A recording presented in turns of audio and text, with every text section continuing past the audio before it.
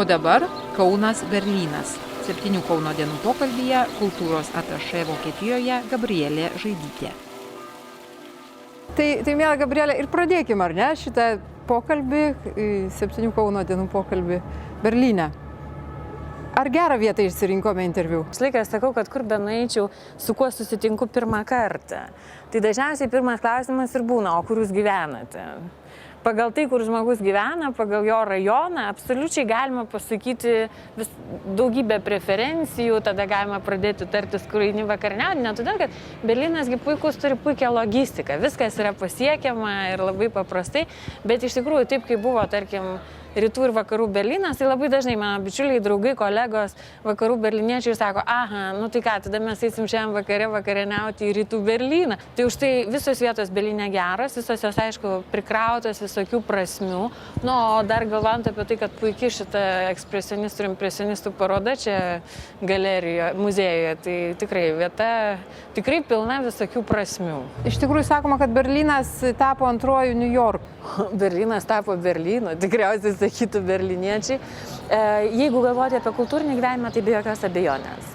Mano vieni bičiuliai, kurie turi meno renginių PR agentūrą, jie kažkada darė statistiką. Berlyne per penktadienį ir šeštadienį, tarp kitko taip pat tomis naktimis, tais vakarais, kai važinėja visi metro. Berlyne vien oficialių kultūrinių renginių vyksta apie 1500, kiekvieną, vidutiniškai skaičiuojant per metus. Kodėl vis tik Berlynas, o ne galbūt vieną arba dar? Priežasčių yra tikriausiai labai daug. Žinoma, kad po to, kai prieš 25 metus, kai sienos Berlyne nebeliko, jisai pasidarė labai atraktyvus visom prasmėm. Tai va tos rytų Berlyno dalis, kurios savo metu buvo tarsi tokios apsnūdusios, jos taiga pasidarė menininkų rajonai, kaip tarkim kalbant apie kokį Friedrichshainą, kavinių, naktinių barų. Vėlgi įdomiai, dabar segmentuojasi. Daug kas, pavyzdžiui, iš galerijų grįžta į vakarų Berlyną, nes jis pasidarė pigesnis.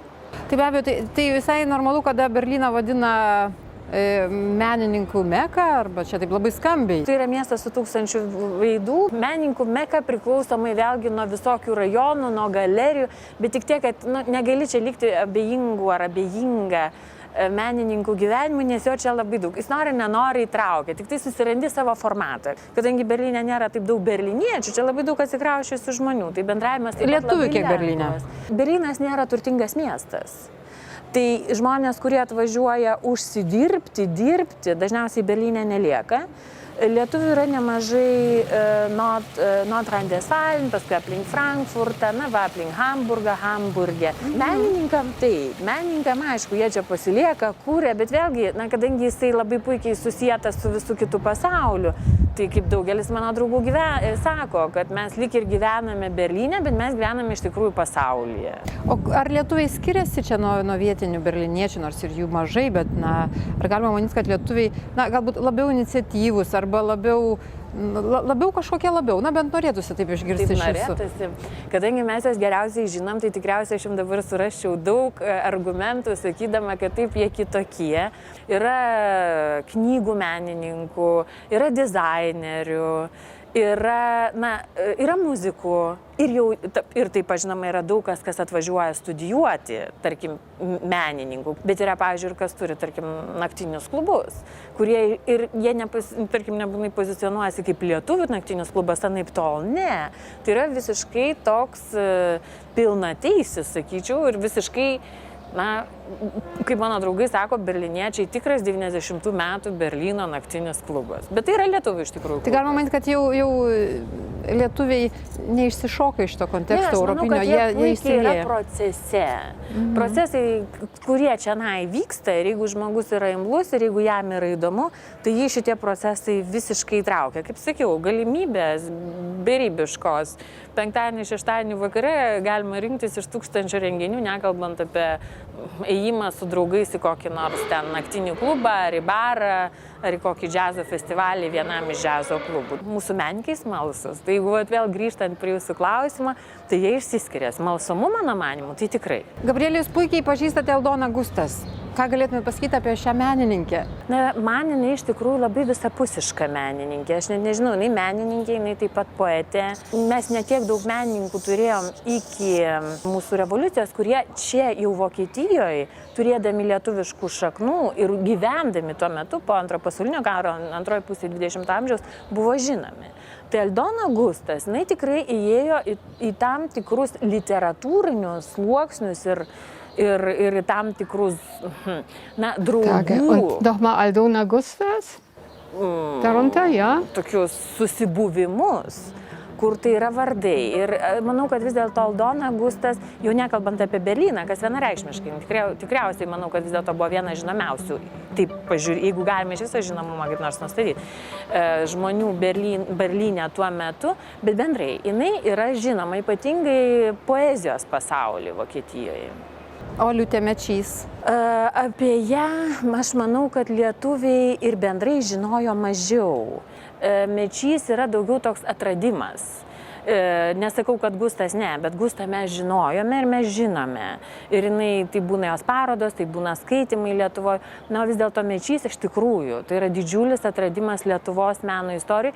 Na ir žinom, bendraja, dabar Lietuvos ir lietuvių meno istorijai. Nes tai pajutom, kad kai pradėjom domėtis ir filmuoti, kad vokiečiai taip pat susidomėjo.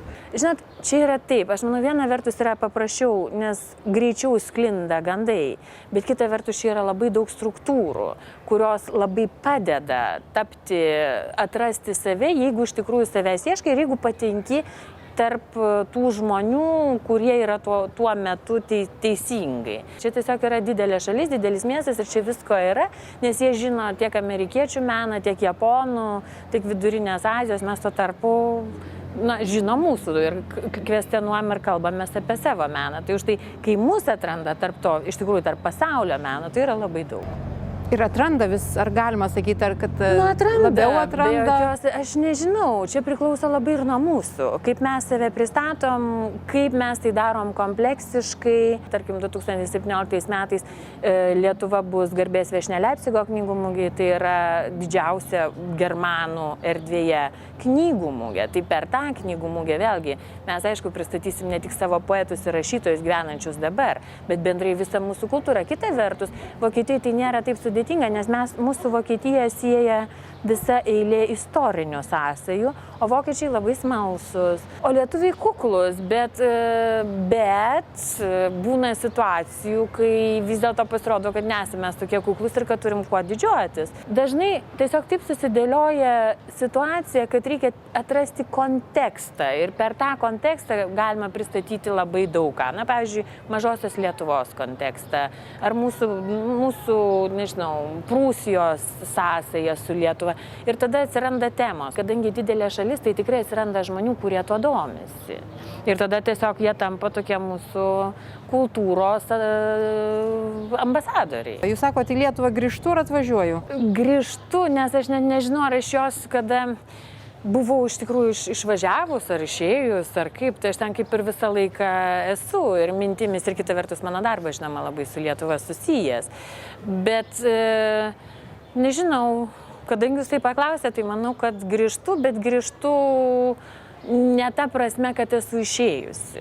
O į Kauną, į Laisvės alėją kada nors grįžtate? Į Kauną, į Laisvės alėją būtinai turėsiu dabar kažkada grįžti. Mano paskutinis apsilankimas Kaune buvo su jūsų architektais. Tai yra nuostabi paroda, skirta Kauno tarpukario architektūrai, kurią mes norime pristatyti Berlyne sekančiais metais. Vienam muziejui daugiau nieko nesakysiu, nes dabar dar kol kas visą tai derinama.